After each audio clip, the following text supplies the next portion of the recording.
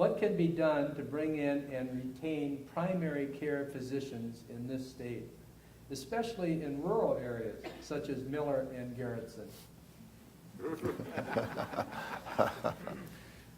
Well, I'm not sure if there's a crying need in Garretson given its proximity to Sioux Falls, but I can tell you about Miller.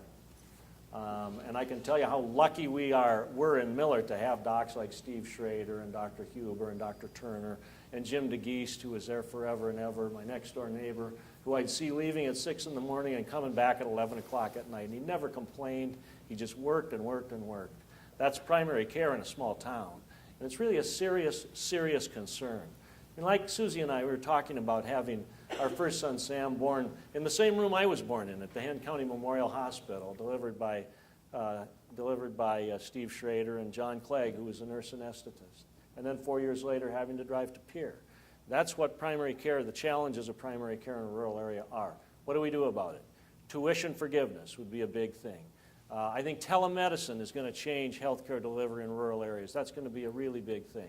There are elements in this Healthcare Reform Act that are also going to be important in terms of incentivizing care in rural areas for both surgeons and primary care docs. Those are some of the exciting parts of the healthcare reform that came out of the Congress. It should be a very positive thing for rural areas like Miller in states like South Dakota. Thank you, Scott. Dennis? Well, I think there are several things that we need to do. One is in rural areas as well as elsewhere in South Dakota, we need to recognize that healthcare professions are going to need a large influx of new students and new professionals. We need to encourage our high school students to shadow healthcare professionals. We need to encourage them to serve internships, maybe become EMTs, look at being orderlies in hospitals, get them into the healthcare environments so they start to see healthcare professions as professions they could pursue. At the post-secondary level, we need to enlarge our classes at the state medical school. We need to enlarge the number of residencies that we have in South Dakota. When I gave the convocation speech at the School of Medicine a year ago last May and read through all the residencies that were being taken out of state, it made me think, well, they're going to meet spouses where they go, they're going to make job connections where they go, and the likelihood of coming back goes down.